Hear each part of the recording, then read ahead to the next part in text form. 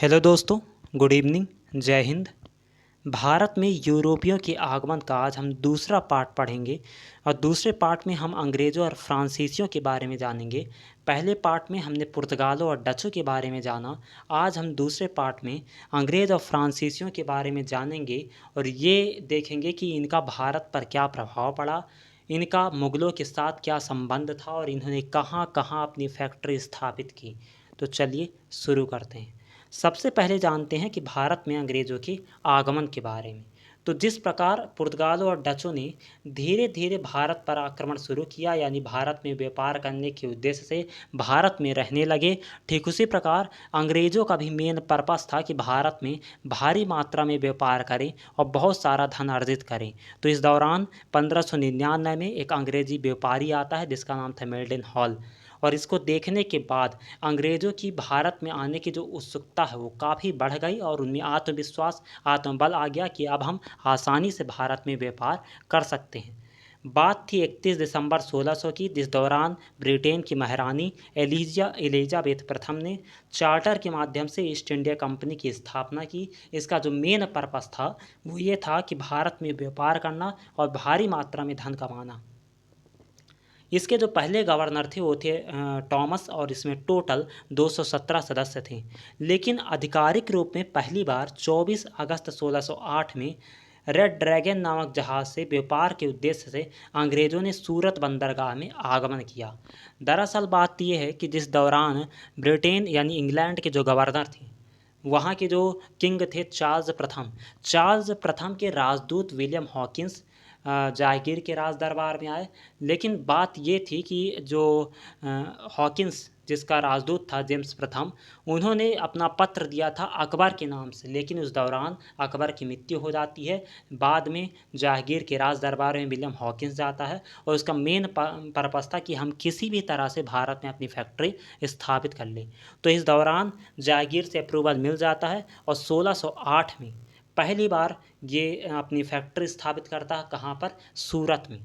लेकिन अब उस समय भारत में धीरे धीरे पुर्तगाली भी फैल रहे थे और पुर्तगालियों ने जहांगीर के कान भर दिए और अंग्रेज़ों के खिलाफ षड्यंत्र रच दिए, जिसके कारण जहांगीर ने सूरत में चल रही कारखाना को स्थगित कर देता है। बाद में अंग्रेज़ों ने 1611 में अपनी दूसरी फैक्ट्री मसूलीपट्टनम में खोलता है। और यहाँ बात यह आती है कि जो 1611 में ही एक अंग्रेजी कैप्टन थे जिनका नाम था मिडलेटन, उन्होंने सूरत के निकट स्वाली नामक स्थान पर पुर्तगालियों के जहाजी बेड़े को परास्त कर देता है। इससे जहांगीर बहुत ज़्यादा खुश होता है और जो फैक्ट्री सूरत में स्थगित थी उसे फिर से अप्रूवल दे दिया जाता है और बाद में सूरत में जो फैक्ट्री है वो पूरी तरह से बनकर तैयार हो जाती है। तो एग्ज़ाम में क्वेश्चन ऐसे आ सकता है कि अंग्रेज़ों की पहली फैक्ट्री कहाँ है, तो सूरत में है। लेकिन अंग्रेज़ों द्वारा पहली फैक्ट्री जो पूर्णतः बनकर तैयार हुई वो थी मसूलीपट्टनम 1611 में। अब इन्होंने क्या किया कि इसी दौरान जेम्स प्रथम का दूसरा राजदूत टॉमस रो जहांगीर के राज दरबार में पहुंचता है। इसका भी मेन मकसद यही होता है कि भारत में बहुत बड़े पैमाने पर हम क्या करें कि अपने कारखाने को स्थापित कर दिए। तो 1615 में जेम्स प्रथम आता है, उसका जो राजदूत है टॉमस रो जहांगीर के राज दरबार में आता है ना। तो अब यहाँ बात करते हैं कि 1622 में अंग्रेज़ों ने उमरदपुर पर कब्जा किया और पुर्तगालियों के आक्रमण से अपने को सुरक्षित कर लिया। 1623 में भड़ाउच और अहमदाबाद की कारखाने स्थापित कर लिए और ये धीरे धीरे अपने कारखाने स्थापित कर रहे हैं। यानी सबसे पहले ये स्थापित किए सूरत में 1608 में, फिर उसके बाद 1611 में मसूलीपट्टनम, फिर 1623 में भड़ौच और क्या बोलते हैं अहमदाबाद, फिर स्थापित करेंगे उड़ीसा के बालासोर में। कब? 1633 में। और 1651 में स्थापित करते हैं बंगाल में, है ना। अब यहाँ बात यह आती है कि 1632 में अंग्रेज़ों ने क्या किया कि 500 पैगोडा वर्ष किराए के दर से गोलकुंडा में व्यापार करने का सुनहरा फरमान मिला और 1633 में उड़ीसा के बालासोर में कारखाना स्थापित कर लिया और 1639 में अंग्रेज़ों ने स्थानीय राजा से मद्रास लीज पर लिया और वहाँ किलेबंदी कर दिया और ख़ुद को सुरक्षित कर लिया। अब यहाँ एक नाम आता है सेंट जॉर्ज का, जो कि एक बहुत महत्वपूर्ण किला है और कहाँ पर है? ये है मद्रास में, और इसको 1640 में अंग्रेज़ों ने चंद्रगिरी की राजा से छीन लिया था। 1651 में अंग्रेज़ों ने हुगली पर कारखाना स्थापित कर लिया और 1658 में बंगाल, बिहार और उड़ीसा और जितना भी कोरोमंडल का तट है वो सब के सब सेंट जॉर्ज के अधीन आ गए। अब यहाँ एक इंटरेस्टिंग बात ये देखने को मिलती है कि जिस दौरान भारत में पुर्तगाली और अंग्रेज़ों के मध्य मतभेद थे, तो उसी दौरान यूरोप की अगर हम बात करें तो यूरोप में अंग्रेज़ और पुर्तगालियों के मध्य वैवाहिक संबंध स्थापित हो रहे थे। यानी 1661 में ब्रिटेन की राजकुमारी ब्रिटेन के जो राजकुमार हैं जिनका नाम है चार्ल्स द्वितीय और पुर्तगाली राजकुमारी जिनका नाम था कैथरीन, और तो इन दोनों के मध्य विवाह होता है, जिससे पुर्तगाली क्या करते हैं कि अपनी जो बेटी है उसको किसको देते हैं, चार्ल्स द्वितीय को, और पुर्तगाली दहेज के स्वरूप मुंबई को उसको किसको देते हैं, चार्ल्स द्वितीय को भेंट कर देते हैं। जब चार्ल्स द्वितीय को मुंबई दहेज के रूप में मिलता है तो वो ईस्ट इंडिया कंपनी को 10 पाउंड वार्षिक दर से दे देता है। 1680 में मुगल सम्राट ने कंपनी को सीमा शुल्क रहित व्यापार करने की अनुमति दे दी और 1687 जो कि इम्पोर्टेंट डेट है, इस दौरान ईस्ट इंडिया कंपनी का जो मुख्यालय होता है वो सूरत से शिफ्ट करके कहाँ कर दिया जाता है, मुंबई। और मुंबई शहर की स्थापना किसने की थी, गेरार्ड ओएंगर ने। अब यहाँ बात करते हैं कि जिस दौरान औरंगजेब था, औरंगजेब ने क्या किया कि एक फरमान जारी किया 1691 में और अंग्रेज़ों के एक निश्चित वार्षिक राशि के बदले चुंगी रहित व्यापार करने की अनुमति मिल गई। अतः उन्होंने शीघ्र ही सूता नदी के एक कारखाना स्थापित कर लिया, उसे किलेबंदी कर दी 1691 में। अब कोलकाता को स्थापित करने में 3 महत्वपूर्ण गांव हैं जिनका नाम है सूतावती, गोविंदपुर और कालीकाता। ये तीनों जो हैं गांव मिलकर कोलकाता का निर्माण करते हैं और इसी में 1200 रुपये में कंपनी जो है वो कर वसूलना प्रारंभ कर देती है। और एक चारनॉक है जिनको जॉर्ज चारनॉक, जिसे कलकत्ता का संस्थापक कहा जाता है, उन्होंने फोर्ट विलियम की स्थापना कर दी। 1707 में जैसे ही औरंगजेब की मृत्यु होती है तो उस दौरान मुगल साम्राज्य कमज़ोर हो जाता है, जिससे अंग्रेज़ों को अपनी शक्ति का विस्तार करने में काफ़ी मदद मिलती है। अब यहाँ बात करते हैं कि 1717 में मुगल सम्राट फारूकसियार ने एक शाही फरमान जारी किया और उसमें कई सारे आदेश दिए गए, जिसमें पहला आदेश ये था कि जब अंग्रेज़ सूरत में अपनी फैक्ट्री स्थापित करेंगे तो उस दौरान 10,000 रुपये सालाना में कर मुक्त व्यापार किया जा सकता अंग्रेज़ों के द्वारा और 30,000 रुपये सालाना एवज में कंपनी को बिना शुल्क के बंगाल में व्यापार करने की अनुमति मिल गई। और तीसरा सबसे महत्वपूर्ण कारण था कि मुंबई में ढाले गए जो भी कंपनी के सिक्के थे वो पूरे मुगल साम्राज्य में वैध कर दिया जाए, है ना। 1757 में रॉबर्ट क्लाइव और बंगाल के नवाब सिराजुद्दौला के मध्य प्लासी का युद्ध हुआ, जिसमें अंग्रेज विजय हुई और इसके पश्चात बंगाल में अंग्रेज़ों का प्रभुत्व स्थापित हो गया। क्योंकि अंग्रेज़ों की अगर हम नींव की बात करें तो प्लासी का युद्ध था ही। प्लासी के युद्ध को बेसिक से हम समझते हैं। दरअसल बात ये थी कि जिस दौरान अलीवर्दी खान बंगाल के नवाब थे और जब उनका देहांत हुआ तो उसके बाद आते हैं सिराजुद्दौला। अब यहाँ क्या होता है कि अंग्रेज़ों द्वारा एक दस्तक प्रथा चलाई जाती है, जिसमें यह था कि अंग्रेज़ों को कहीं भी व्यापार करने की छूट थी, यानी कहीं भी कर मुक्त व्यापार कर सकते थे। लेकिन बात ये थी कि भारतीयों को उसके एवज में कर देना पड़ता था और इससे सिराजुद्दौला बहुत ज़्यादा नाराज़ हुआ। तो उसने अपने शासनकाल के दौरान, क्योंकि फारूकसियार ने तो घोषणा कर रखी थी कि अंग्रेज़ कर मुक्त व्यापार कर सकते हैं, लेकिन सिराजुद्दौला को ये बात अच्छी नहीं लगी और उसने अपने बंगाल में पूरी तरह से कर को समाप्त कर दिया, जिससे अंग्रेज़ों को भारी नुकसान हुआ, पछताना पड़ा। बाद में क्या हुआ कि सिराजुद्दौला ने अब यहाँ क्या होता है कि अंग्रेज़ों ने धीरे धीरे चढ़ाई कर दी। अब यहाँ सिराजुद्दौला के पास मौका आता है और उसने अपनी बड़ी सेना के साथ आक्रमण कर देता है बंगाल पर। और बंगाल के कहाँ वह आक्रमण करता है, फोर्ट विलियम। तो वहाँ जब आक्रमण करता है तो भारी मात्रा में लूटपाट होता है, अंग्रेज़ों को मारा जाता है और एक घटना होती है जिसे कहा जाता है ब्लैक होल की घटना। दरअसल बात ये है कि जब जनवरी 1757 की बात है कि यहाँ पर कई सारे लोगों को एक छोटे से कमरे में बंद कर दिया जाता है। लगभग 143 अंग्रेज़ थे और उनमें से केवल 23 अंग्रेज़ ही बचते हैं, बाकी सब के सब अंग्रेज़ मारे जाते हैं। अब कुछ इतिहासकारों का कहना है कि अंग्रेज़ ने ऐसा अपने को बड़ा दिखाने की कोशिश की, दरअसल ऐसी कोई बात नहीं थी। तो हो भी सकता है और नहीं भी हो सकता है। लेकिन बाद में क्या होता है कि जब सिराजुद्दौला के आक्रमण के बाद अंग्रेज़ को भारी क्षति होती है और अंग्रेज़ इसका बदला लेने के लिए फिर से क्या करता है, की आक्रमण कर देता है और जिस दौरान अच्छा बात ये आती है कि सिराजुद्दौला के जो सेनापति था मीर जाफ़र कहीं न कहीं सिराजुद्दौला को धोखा दे रहा था। और ख़ास बात तो ये है कि उस समय जो वहाँ के व्यापारी थे, है ना, उन्होंने भी सिराजुद्दौला के विरुद्ध विद्रोह कर रखा था। और जब जनवरी, है ना, जब 1757 युद्ध होता है तो उस युद्ध के दौरान सिराजुद्दौला एक सेना की ओर और एक सेना में थे अंग्रेज, और प्लासी नामक स्थान पर भारी युद्ध होता है। और इस युद्ध में जब पानी गिर रहा होता है तो उस दौरान दोनों साइड से तोप को बंद कर दिया जाता है, क्योंकि बारूद पानी के कारण खराब हो जाता है।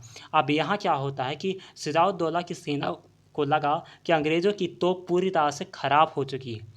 अब बाद में जब आक्रमण करते हैं तो जो सिराजुद्दौला के जो सेनापति थे, जिनका नाम था एक और सेनापति थे जो खास आदमी थे, मीर मादन, वो आगे बढ़ते हैं और आगे बढ़ने पर उनका नियंत्रण करते हैं। लेकिन जब ऐसी परिस्थिति उत्पन्न होती है तो मीर जाफ़र के पास सिराजुद्दौला जाते हैं, उनसे कहते हैं कि आप मेरी मदद करो, क्योंकि वो ये देखना चाहता था, वहाँ के जो व्यापारी थे और ख़ास तौर पर मीर जाफ़र ये देखना चाहते थे कि पड़ला किसका भारी है, यानी ये कौन एक दूसरे पर भारी पड़ रहा है, अगर जो भी भारी पड़ेगा हम उसकी ओर जाएंगे।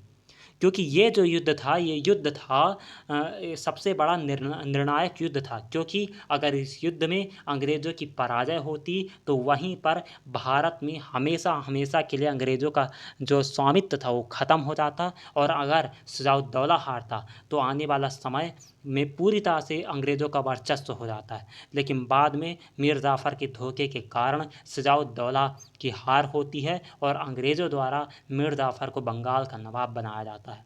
तो प्लासी का युद्ध जो था वो अंग्रेज़ों के लिए अनुकूल साबित हुआ। बाद में फिर 1764 में हेक्टर मुनरो के नेतृत्व में और बंगाल के जो नवाब हैं मीर कासिम, अवध के नवाब सिराजुद्दौला और मुग़ल सम्राट शाह आलम द्वितीय, इन तीनों के मध्य जो है युद्ध होता है। हेक्टर मुनरो एक साइड और बंगाल के नवाब मीर कासिम, सिराजुद्दौला और शाह आलम, ये तीनों एक साइड थे और इस युद्ध में अंग्रेज़ों को भारी विजय प्राप्त होती है। तो ये था अंग्रेज़ के बारे में। अब बात करते हैं भारत में फ्रांसीसियों का आगमन हुआ कैसे। तो जो फ्रांसीसी थे, है ना, तो भारत आने वाले अंतिम यूरोपीय जो व्यापारी थे वो फ्रांसीसी थे। फ्रांसीसी ईस्ट इंडिया कंपनी की जो स्थापना हुई थी 1664 में हुई थी, और इन्होंने अपनी जो पहली फैक्ट्री स्थापित की थी वो सूरत में स्थापित की थी 1668 में, और 1669 में मसूलीपट्टनम में एक और फैक्ट्री स्थापित की, और 1673 में बंगाल के जो मुगल सूबेदार उन्होंने फ्रांसीसियों को चंद्रनगर में बस्ती बसाने की अनुमति दे दी। अब यहाँ क्या क्लियर हो जाता है कि पुडुचेरी और फ्रांसीसी जो वाणिज्यिक वृद्धि है वो कैसे हुआ। तो 1674 में फ्रांसीसियों ने बीजापुर के सुल्तान से पुडुचेरी गांव ले लिया, है ना, किससे लिया था, बीजापुर के सुल्तान से, और एक संपन्न शहर की स्थापना कर दी जो बाद में भारत में फ्रांसीसियों का एक प्रमुख केंद्र बनकर उभरा। धीरे धीरे फ्रांसीसी ईस्ट इंडिया कंपनी ने माहे, कराईकल, बालासोर और कासिम बाजार जो कि पश्चिम बंगाल में आता है, इन सभी में अपनी व्यापारिक बस्तियां स्थापित कर ली। और फ्रांसीसियों का भारत आने का जो मेन उद्देश्य था वो व्यापार और वाणिज्य था। और भारत आने से लेकर 1741 ईस्वी तक फ्रांसीसियों का यही उद्देश्य था कि ब्रिटिशों के समान पूर्णतः वाणिज्यिक, है ना। लेकिन फ्रांसीसी ईस्ट इंडिया कंपनी ने 1723 में यनम, 1725 में मालाबार और माही और 1739 में कराईकल पर अपना कब्जा कर लिया। तो ये आप देख सकते हैं डायग्राम में, ये यमन है और कराईकल पुडुचेरी और चंद्रनगर। पुडुचेरी की अगर हम बात करते हैं तो यहाँ पर क्या होता है कि यूरोप में डचों, जिनकी सहायता इंग्लैंड कर रहा था, और फ्रांसीसियों के बीच लड़ाई छिड़ने से भारतवर्ष में फ्रांसीसियों की अवस्था पर बुरा प्रभाव पड़ा, और 1693 में डचों ने पुडुचेरी पर अधिकार कर लिया और ये 6 वर्ष तक उनके अधीन रहा। तो कब अधिकार कर लिया था, 1693 में, है ना। और 1697 में रिजविक की संधि के बाद, यानी कहने का मतलब है कि जब 1693 में डचों ने यहाँ पर अपना आधिपत्य स्थापित किया तो उसको 6 साल बाद, यानी ऐसा अगर हम बात करें 1697 में, तो 1697 में रिजविक की संधि के अनुसार किलेबंदिये के साथ एक फ्रांसीसियों को लौटा दिया गया और मार्टिन को फिर से इस जगह का सेनापति नियुक्त कर दिया गया। लेकिन और उसने अपनी बुद्धिमत्ता से बहुत अच्छे काम किए और फ्रांसीसियों की यहाँ पर पकड़ काफ़ी मजबूत बनाई। और 1706 में जब उसकी मृत्यु हो जाती है तो पुदुचेरी में उस दौरान 40,000 निवासी थे, जबकि कलकत्ता में उस दौरान 22,000 निवासी थे। और परंतु दूसरे स्थान में फ्रांसीसी प्रभाव घटने लगा और 1720 तक बाटम, सूरत और मछलीपट्टनम की फैक्ट्रियाँ उन्हें छोड़नी पड़ी। अब 17वीं शताब्दी आते आते फ्रांसीसियों का लगभग अंतशः हो गया था, क्योंकि 1719 में एक राजकीय आज्ञा निकली जिसके अनुसार फ्रेंच ईस्ट इंडिया कंपनी को व्यापार करने वाली दूसरी फ्रांसीसी कंपनियां जैसे Canada company, Mississippi company, company of the West, Senegal company, China company, companies of Domingo and Guinea के साथ मिला दिया गया और इस बड़ी कंपनी का नाम रखा गया कंपनी ऑफ द इंडीज़। अब यहाँ फ्रांसीसियों का सबसे बड़ा मेन फैक्टर होता है डुप्ले। डुप्ले जो होता है वो एक सबसे बड़ा नायक था फ्रांसीसियों का। इसके बारे में समझते हैं। और ये आया कब था? ये आया था 1741 में फ्रांस सरकार की ओर से, जिसका पूरा नाम था जोसेफ फ्रैंकोis डुप्ले, है ना। डुप्ले के मन में था कि भारत में फ्रांस का एक राज्य स्थापित कर लिया जाए। जैसे फ्रांस में उनका एक अलग से राज्य स्थापित है तो भारत को भी फ्रांस बना दिया जाए।